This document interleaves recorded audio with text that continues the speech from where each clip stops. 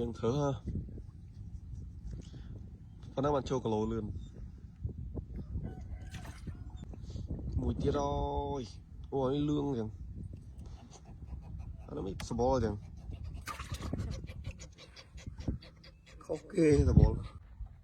Run sứt đây bông bồn. Một đò từ lấy đây bông bồn này. Lực stụi. Ngọc cho lo ngay nè. Chầm mơ miền Tây cha nó bông bồn.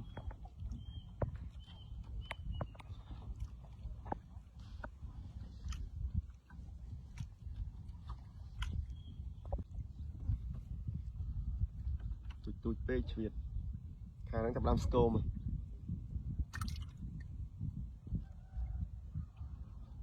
Ghê nè. Cho para. Được mò mơ trong score lang bồn. Hai. Rồi gì đây dùm rau. Pân.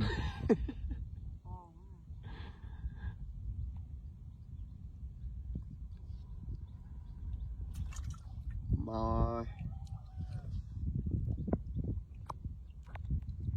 try này, dạ try này.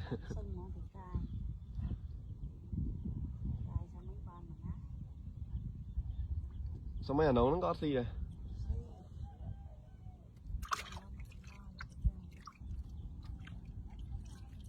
Nè, cài.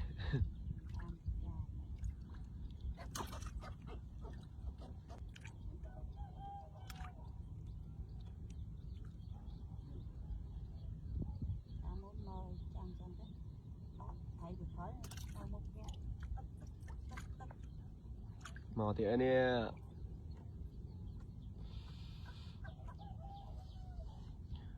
lùi nhau bố nó à. Cài.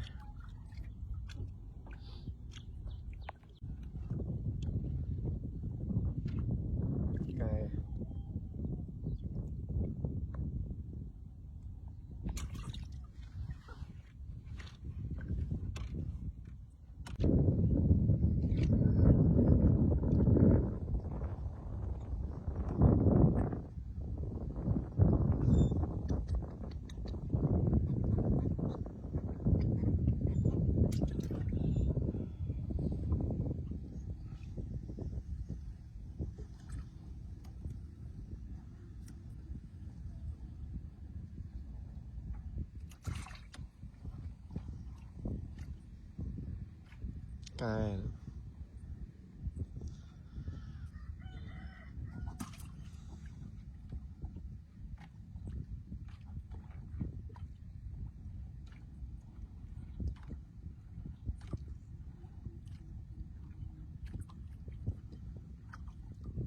Niềng thở ha. Phần nào bạn cho cả lỗ lươn.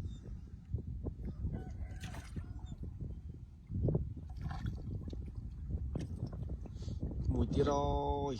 Ôi lương chẳng. Nó mới sờ bò chẳng. Ok sờ bò.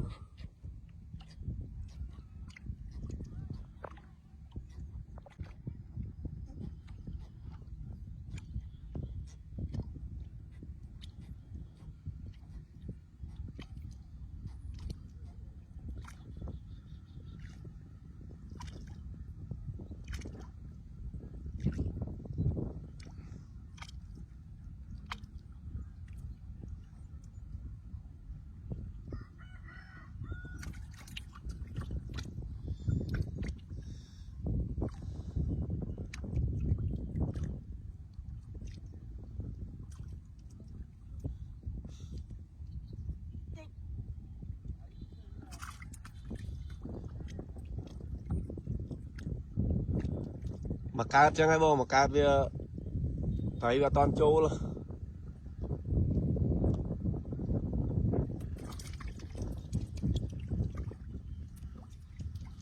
Xin được chuyên.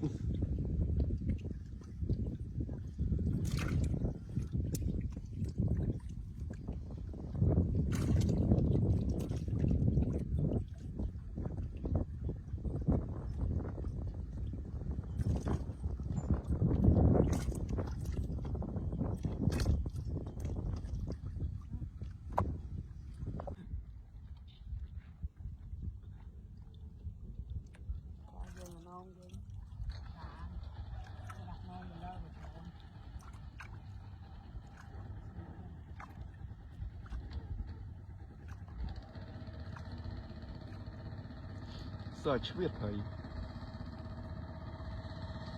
tay ơi pa vào phật này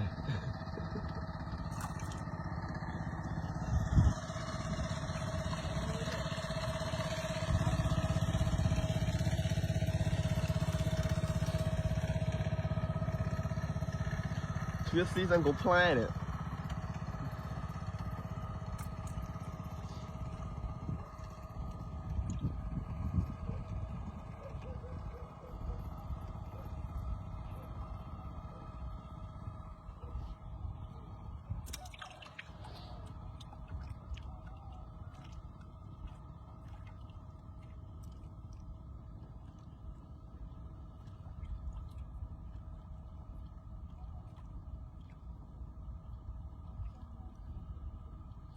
phần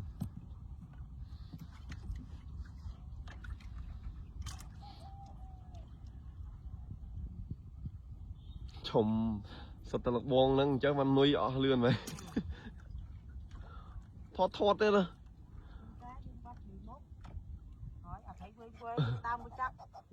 bọt vào quên á, lên rồi, lư nó còn phản trắng, còn đặt dưa thì bạch đây. vốn ở đây bơ sẵn đánh khổm phèm cả lố Nghĩa ban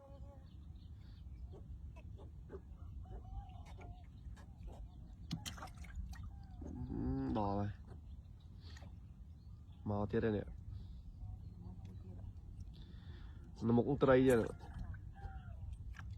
cài tiết